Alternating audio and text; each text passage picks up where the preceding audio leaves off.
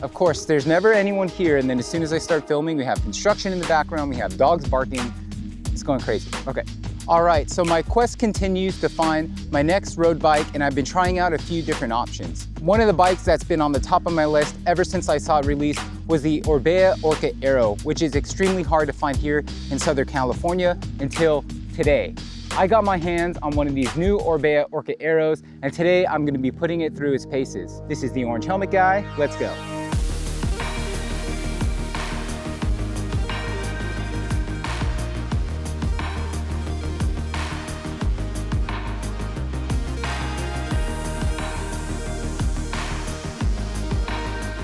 First, I'm gonna start here with Rock Store, which is only about 2.5 miles, and it's about 6 to 8% the entire way up. So it's really not that steep, not that crazy, just a really good climb to get warmed up on and see how this bike feels. Then I'm gonna go down Encino Canyon, which is a very fast and windy descent, but it's really not too technical. Then I'm gonna stay on the flats and take PCH north a little ways to Yerba Buena Road, which I'll climb up that, and that's about a 45-minute climb. So I'm really doing about everything I can to this bike today to really see how it feels up the climbs, down some descents, on the flat roads, and just about everything in between. All right, well, I'm gonna hop on the bike and start making my way up the climb.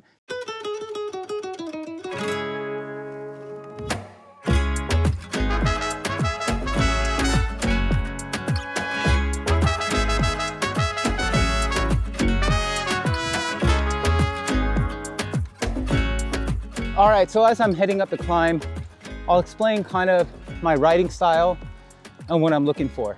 Typically, I like to do a lot of climbing, spending all day in the mountains. So looking for a bike that is not only stiff, but light and also handles well up some of the steep gradients we have here in Southern California. I'm currently on a BMC Team Machine SLR 01, which I really do love, but the more and more I ride that bike, and compare that to some of these other demo bikes I've been riding, the weaker it feels. So I'm kind of looking for a stiffer bike with a little stiffer bottom bracket that's gonna give me a little bit more propulsion up the climbs. So one thing about this demo bike, and thanks to the guys at Orbea for sending this out to me, thanks to my guys at Serious Cycling for putting it together, but this doesn't have a power meter, so it's a little hard to do an exact comparison with my BMC. I'm just gonna go by heart rate today.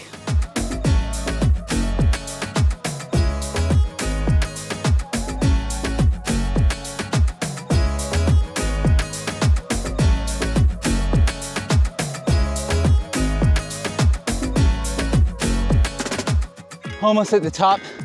I have some thoughts so far, but I'm gonna finish this effort. Talk to you guys at the top. All right, coming around the last hairpin here. This is called the snake. Almost to the top.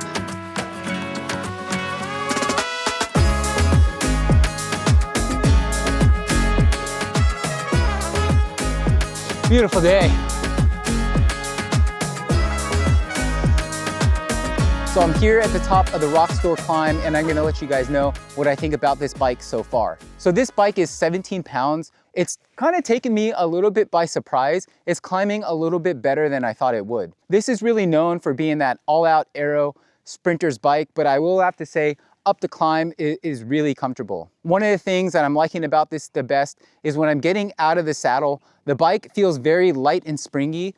I'm someone that when I get out of the saddle, I kind of like to move the bike under me a little bit, and this bike moves back and forth really easily. If you guys saw my other video where I was test riding a Dogma F, getting out of the saddle on the Dogma F is extremely stiff and firm, but it doesn't fling under me back and forth like this bike does. I haven't taken a look at the geometry charts, but I would guess that this bike has a slightly shorter wheelbase. One of the things that I think gives that bike that really nice riding characteristic out of the saddle is that front tire is tucked up under the down tube. There's kind of a carve out for the tire to be pushed back a little bit more. So I think, again, I think that's shortening the wheelbase, getting that front wheel under your handlebars a little bit more. So I think it just gives it a little bit more playful action. Up the climbs, the power transfer on this bike is pretty incredible. One of the things that I noticed is on my BMC, when I'd be going up the climbs and then I stand to get out of the saddle, it would have that just slight delay where you feel like the bike kind of sinks back a little bit before you get back on the pedals and start pushing the power through. This bike, when you're doing that transfer, when you're in the saddle and then getting up to stand, it doesn't really have any of that sag or downtime, which I'm really surprised with. It's a really interesting sensation, but the bike just keeps pushing and propelling you forward. One of the things that I've noticed about all these demo bikes is that they are all much stiffer than my BMC, and I'm definitely feeling that in the bottom bracket and that power transfer. I have to say, after riding not only the Dogma F, but this Orbea Orca Aero, my BMC is really starting to feel like a wet noodle. So even though this bike is 2 pounds heavier, I'm actually really surprised and impressed by it. One of the things that is throwing me off are the handlebars. They're a little bit wide for my body. They are 40s center to center. I would prefer something like a 36 or a 38 at the most. This, being a 40, feels a little bit wide for me. It kind of makes me feel like I'm holding one of those steering wheels on a bus. I really think it is really comfortable. I haven't rode a bike that has inner tubes in a while, so I think I have been a little spoiled by tubeless tires.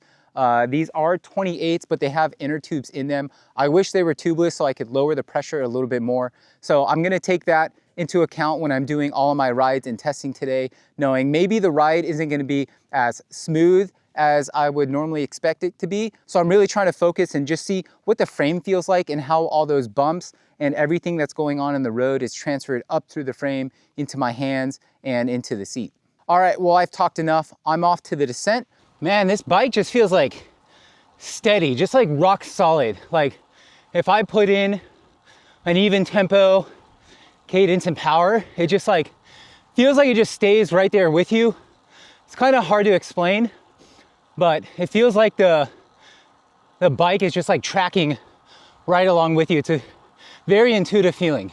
Don't know exactly if that makes sense, but it's just like giving you everything you want when you want it and really just following your rhythm. I don't know, sounds weird.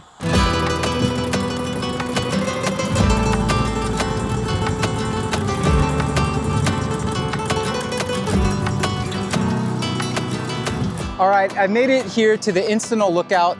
The descent goes a little bit further, but I love stopping here because I absolutely love the view. As expected, feels extremely fast. If there's one word that I have to describe this bike, it's slippery. It really just feels like it's cutting right through the wind, cutting right through the air, extremely fast on the descent, doesn't give up any speed around the corners. And this isn't very technical, too technical of a downhill descent, but around the corners and everything like that feels absolutely amazing. It's very confident. Going downhill, I actually really wanted to see if I could set a PR down this, but I'm filming, I have the camera out, I want to stop here and get a nice view. One thing that I'm really enjoying about this bike on the downhill is the flared bars. From the hood center to center is 40, and in the drops is 42. So just that slight flare out really makes it comfortable to hold and gives you a lot more confidence when you're going downhill. One of the things I can't quite put my hands on, well, I actually am putting my hands on, is the hoods of these. These are Shimano Ultegra. It's the new version 12-speed, which was just on the last bike that I actually rode and reviewed as well. But these ones feel a little bit different. When I picked the bike up and I put my hands around the hoods, I actually thought it was SRAM for a second. So again, I don't know exactly what the issue is there. Maybe it's just the combo of the hoods with these specific handlebars. Not quite sure, but just something worth noting. One of the other things to talk about are these wheels. These wheels are Orbea's proprietary brand. I'm not someone that really notices that big of a difference depending on the wheels. I think that's something that I want to spend a little bit more time on, is testing different wheel sets. But for me, these are no problem at all, having no issues whatsoever. How does this bike compare to the BMC downhill? Well, this definitely holds speed a lot easier. It's very similar to the Dogma, where the speed just keeps like increasing and your momentum just keeps going and going. It kind of feels like at one point you're gonna hit terminal velocity. So yeah, very good job with this bike. One thing, if I'm just gonna be a little bit picky on how this bike feels downhill, and it's really not about this bike, just more about how the bike is equipped, but it has a 100mm stem on it. And for me, that's just a little bit too short. To any bike in general, the shorter the stem you have downhill, it's just gonna feel a a little bit tighter. It's gonna have a little bit more direct movement between your hands and the front wheel. I like having a little bit longer stem. It just kind of smooths out the downhill for me just a little bit. But again, that's really nothing to do with this bike, just how it's equipped. So if I were to get this bike, I definitely would be putting a 110 or a 120 millimeter stem on it if I can. Let's get going. I've been here long enough. I'm here on PCH, and we'll see how this bike feels on the flats.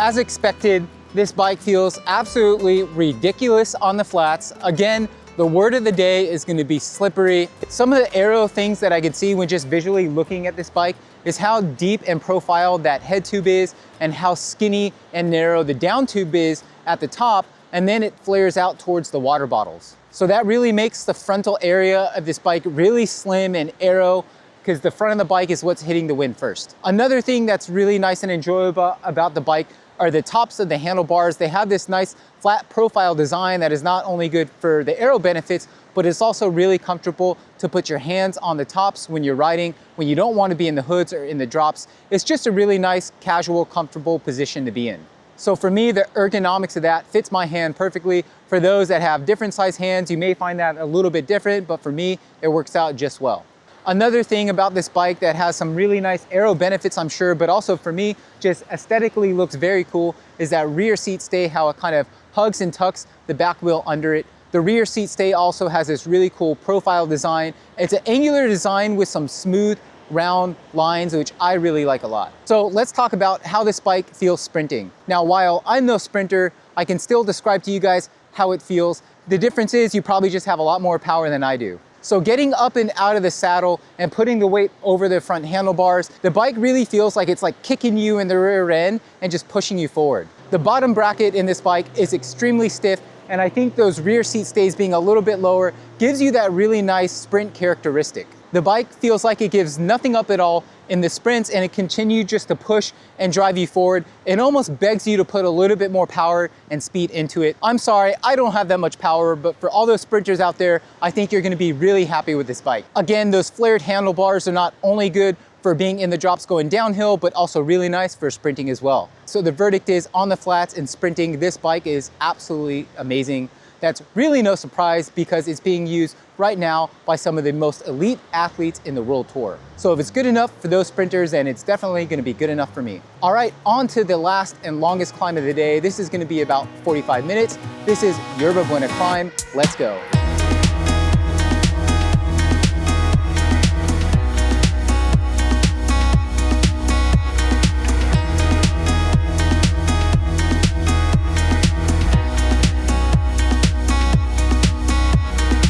So on this longer climb, there's a few things that stood out to me a little bit more than the first climb of the day, which was much shorter. There's a few things that were just a little bit more transparent and obvious. Let's talk about them. So the first thing is the weight of the bike. Now, this bike weighs 17 pounds, which is pretty respectable for an aero bike with an Ultegra build, but over a longer climb like this, the weight definitely matters.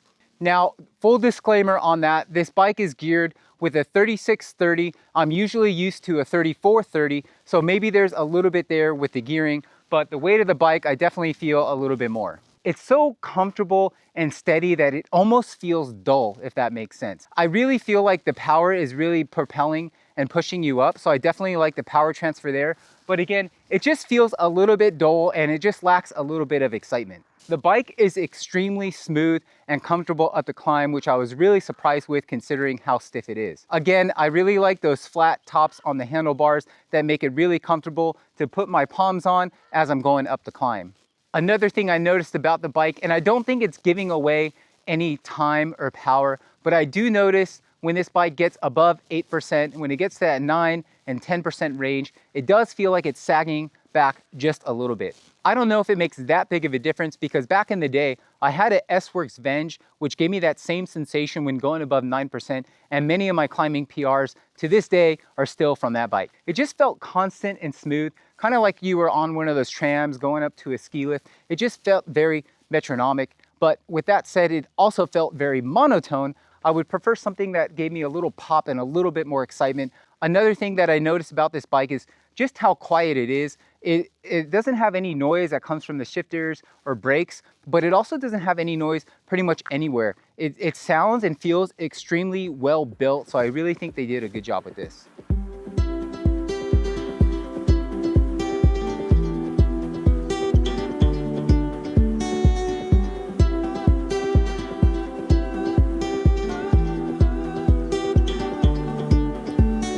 All right, well, I just finished up my ride and I'm back here at my home shop, Serious Cycling, to turn this bike back in. But before I do, I'm gonna leave you guys with my final thoughts. So starting here with the drivetrain, this is the newest version of Shimano Ultegra 12-speed. It has a 52-36 in the front and 11-30 cassette in the back. If I were to get this bike, I would put a 50-34 up front and 11-32 in the back. I like to generally keep my cadence a little bit higher, and we also have some pretty steep climbs out here, upwards of 15 to 20%. The wheel set on this bike is Orbea's proprietary in-house brand. This is their RP45 Team wheel set. These wheels roll extremely well and they feel pretty stiff. One of the things about these that I noticed right away was these zip hubs make this wheel set extremely fast, especially when going downhill. The tires on this bike were the Victoria Corsa Pro. Moving on to the cockpit, this is Orbea's proprietary bar and stem. It measures 40 centimeters center to center in the hoods and 42 in the drop. Having that extra flare on the end really made it comfortable when descending or out of the saddle sprinting. Let's move on to something that is arguably the most important to me, and that is the aesthetics of the bike. One of the things that instantly drew me to this bike was the actual aesthetics and the lines of this bike. They're really nice and angular and sharp, and I absolutely love that. They have this traditional yet modern updated bike silhouette, which I really like. I like how the top tube is nice and parallel to the ground, but everything else around it is just super aggressive. I really like the proportions of this oversized down tube and this oversized head tube. I think it looks really cool, and of course I love the drop rear seat stays. I would have to say the rear end of the bike is probably my favorite. These drop seat stays look absolutely beautiful. I really like the detail and curvature of the design that goes into this. And I really like how this is cut out to fit the derailleur and hug it underneath the rear stay.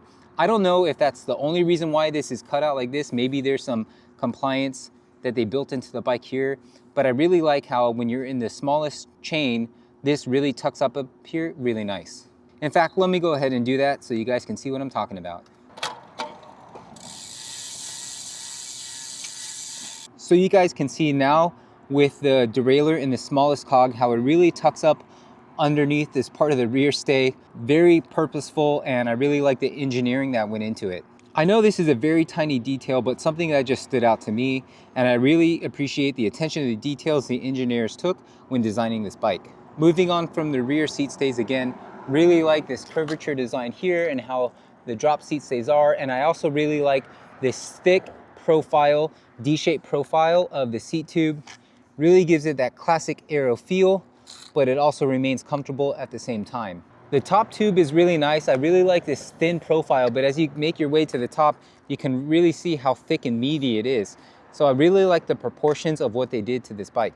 The head tube again is following more of the traditional Aero bikes these days, with this really long head tube with a really slim profile. So coming around to the front, you can really see how skinny it is and how flat it gets as you make your way to the back. It's actually flatter back here than it is in the front. You guys can kind of see it a little bit better here from the top.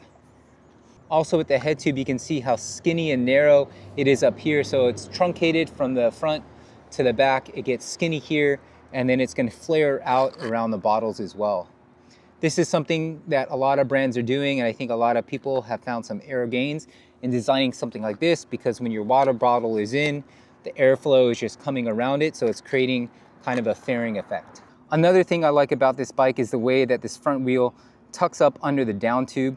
Again, it really feels purposeful. You can really tell the engineers and designers put a lot of thought into every millimeter of this bike, and this is just another one of those standout features. I really like how when tucked in, it just gives the bike a really nice compact feel, and it allows that front wheel to be under the handlebars a little bit more, and I think that's what gives it some of its great riding characteristics. You turn the wheel out, you guys can see that recess even more, and then when the wheel is straight, it closes the gap very nicely. The same recessed tuck is going on here with the rear seat stay and seat tube, where it recesses into the seat tube here. So the seat tube ends here. It doesn't go all the way down. It has this recessed feel. I think the reason why you do something like this, where you recess the wheels, is to make that wheelbase a little bit shorter. It makes the bike handle just a little bit more nimble. At least that's what I think and what I feel. Another thing I noticed about this bike is when taking it down the last ascent of the day, I didn't film that because it's very technical and very fast. This bike is so fast downhill. I've been down the Decker descent so many times, and doing it on this bike today felt completely different. It almost felt like a brand new descent that I'd never been on before. The corners were coming at me faster than I could remember, and I really had to grab some brake before I got myself into trouble. I think a lot of that has to do with not only the aero properties of this bike, the geometry of the bike, but also those zip hubs in the wheels I think makes this bike roll extremely fast. Is this the bike for me? Well, I don't know, I'm not quite sure yet. There's a few more bikes that I want to test, but this one is definitely high up on my list. What type of rider do I think this bike is for? Well, definitely someone that likes speed, someone that likes going fast in a straight line and putting in a good sprint. I could see a crit racer on this bike, or someone that really enjoys those fast group rides. Someone that may be looking for their first bike, this is probably not for them. This bike is extremely aggressive and fast, so you definitely want to be comfortable and you really want to know what you're doing before you get into something like this. This again is a World Tour bike that pros are racing right now, so it definitely is equipped to be fast. I definitely think I would want to see if there's a way to shave off a little bit more weight and get it in that 15.5-pound range. I think you could easily do that by throwing a Dura Ace group set on that. I also think that bar and stem could be a little bit heavy, so I think a one-piece bar stem combo would lighten this bike up even more. All right, well, that'll do it for me. Thank you guys for watching. If you guys have any questions about this bike or for me, please leave them in the comments below. If you guys want to try out this bike for yourself, you can visit the folks at Serious Cycling here in Thousand Oaks, and they can set you up on this very bike. It's a size 53. If you guys like this video, please consider liking and subscribing, coming back and watching some more. You can also find me on Instagram at Strava, all at the Orange Helmet Guy. All right, well, you guys know what time it is. I'm off the lake to go meet the wife and puppy for some coffee. Thank you guys so much for watching. Until next time, the Orange Helmet Guy, out.